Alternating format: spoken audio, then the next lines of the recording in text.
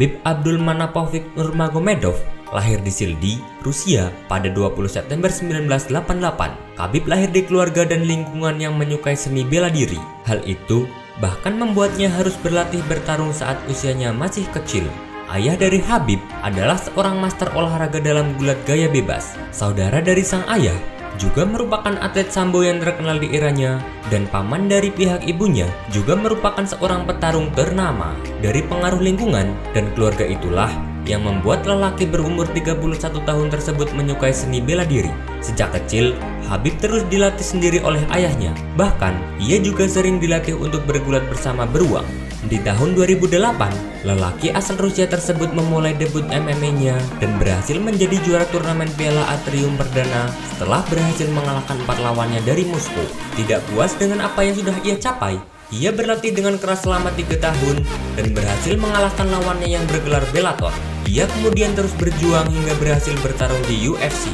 Namun, ada kisah menarik sebelum Khabib menggeluti dunia profesional MMA. Semasa remajanya, Khabib ternyata sering terlibat dalam tawuran antar sekolah. Islam Makhachev, teman sekolah Khabib semasa remaja, menuturkan kepada The Athletic bahwa sekolah mereka nyaris terlibat tawuran dengan anak sekolah lain. Bahkan, jumlahnya nyaris mencapai 100 orang.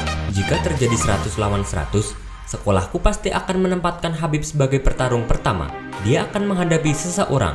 Makhachev mengatakan, cara tersebut sering dilakukan ketika ada percekcokan atau perdebatan dengan sekolah lain. Setiap sekolah diwajibkan mengirimkan jagoan-jagoan terbaiknya. Jika Khabib yang maju, hasil akhirnya selalu tidak mengejutkan. Khabib pun membenarkan cerita Makhachev tersebut.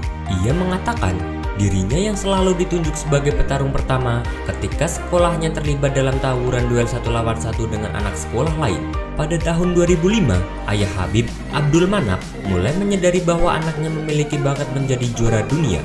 Abdulmanap pun akhirnya mulai serius melatih Khabib yang saat itu ia sudah berusia 17 tahun. Pada usianya yang ke-24 tahun, Khabib mulai menuliskan namanya sebagai salah seorang petarung terbaik UFC.